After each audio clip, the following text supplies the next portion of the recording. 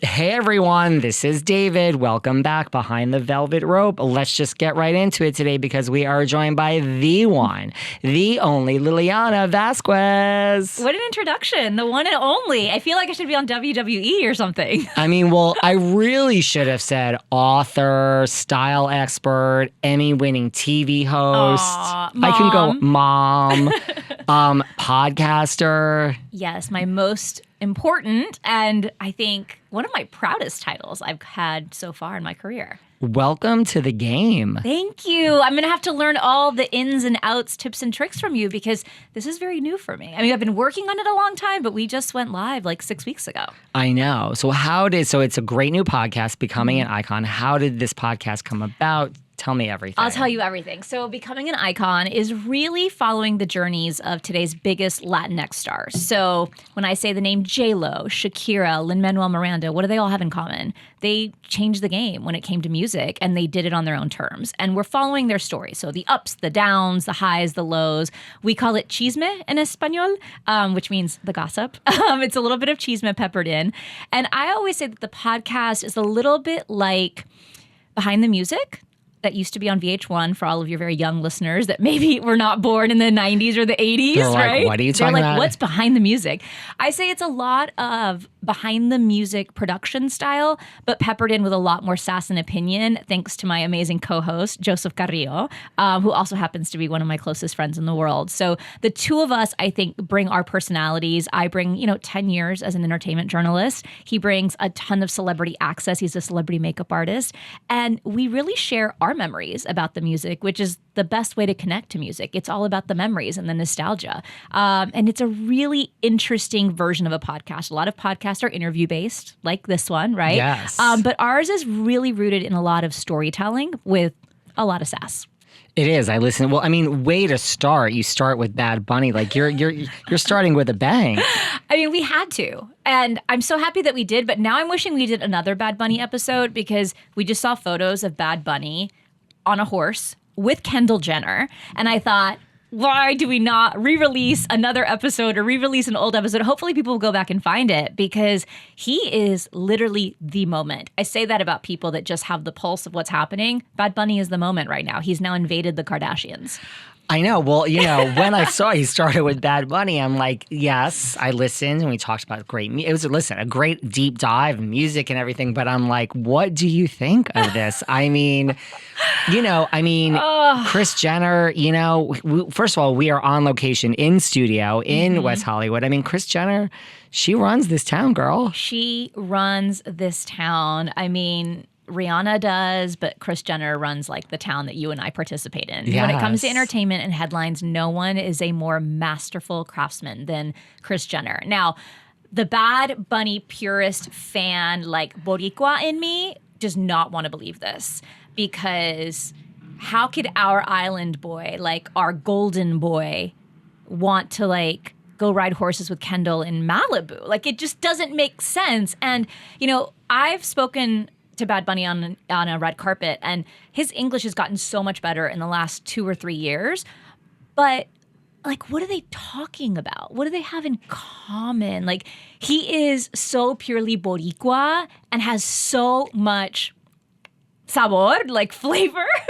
And not that Kendall doesn't, I just don't think it's on par. I just don't want to believe it. But then again, you know what? Opposites attract. And you've seen more odd couplings than that in Hollywood before. So maybe it's like an early spring fling. I mean, well, do you believe it? Or do you think, strange couples, we could refer to Pete Davidson and Kim Kardashian. Totally. And that lasted, 6 months? Pretty long, yeah. I mean, I think that was half real, half orchestrated behind the scenes. I think Bad Bunny has a lot of projects happening right now. I think he's got WWE. I think he's already on top of the music game. But I think he wants to push deeper and further into the US market. Globally, he doesn't need it. But I still meet people that don't know who he is. Or they'll say, oh, who's that Bad Bunny guy? Does he sing in Spanish? I'm shocked that some people don't know who he is. But maybe he feels like he needs world domination. And somebody whispered in his ear, the Jenners, the Kardashians, get after it. He called up Kris, and Kendall's single, he's single, so They're why around not? the same age. Around the same age. They're both incredibly good looking. They make a beautiful photo. And it's a blending of cultures. They've never really stepped into the Latino dating pool as far as I know. So, yeah, maybe this is a little bit of a setup, but I just hope it's not like long-lasting, eternal love. Like, I don't need to see Kendall Jenner in a Bad Bunny video. That would kind of kill it for me. I mean, that's where this might be headed. No. That is where this might be headed. No, I don't think so. What do you think of them as a couple? Look, I mean, I think it's the same thing that you're saying. Like, we haven't really seen Kendall. I mean, I guess because she was with Devin Booker for so long, and so... But so private. So private. Which is a red flag to me, because all of a sudden, this woman who is so fiercely protective and private of her personal life, in sharp contrast to her sisters, right? Protects this relationship with Devin for so long. We saw, 5 pictures of them over the course of however long they were dating. And now all of a sudden, you just happen to be photographed leaving restaurants in WeHo and out in Malibu.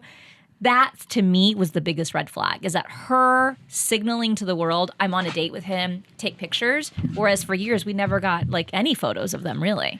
And restaurants where, you're going to be seen. But maybe she's just like, you know what? It's kind of like Kim after Kanye. Maybe she's just like, whatever's the most different is where I want to go with this. Well, this is very different. Yeah. This is very different. So we'll see how it plays out. But I think you and I are on the same page, thinking this has a lot to do with publicity and not so much to do with real love. I think so. And, there is this song, Coco Chanel, by Bad Bunny, where, I mean, apparently they say he disses Devin Booker. I don't know if that's true, but, I mean, he says, but the sun in Puerto Rico is hotter than in Phoenix. She knows it. I mean, could it be a dig? Sure. Sure. Could it be a coincidence? Probably. Does it rhyme better?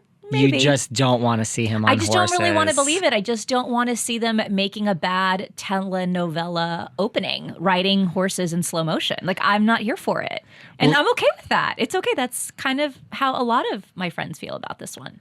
Well, see, now you can do a follow-up on your podcast about that. Like, this is like giving you content here. I know. Thank you, Kendall. As we go to like more episodes. Well, I mean, you also mentioned J-Lo. I mean, you did your most recent episode was about J-Lo. Yes. I mean, listen, so I'm like a Madonna. Like, Madonna's my queen. Let's just put that out. I mean, if you didn't know I was gay, well, let's just say Madonna's my queen. We have Cher second. But interesting. Yeah, okay, not Celine? No. You're not a Celine fan? No. Okay. No, it's like I'm like a weird no that's Celine. I think that's actually like the 1-2, like the Madonna Cher. Yeah, I get that. Like if there was no Madonna, Cher would be the queen, but there is a Madonna, so Cher has to take second. But it's a very close second. Okay. But having said all that, I mean, I've seen J-Lo, live. But what J-Lo does on a stage is not humane. Like, it's just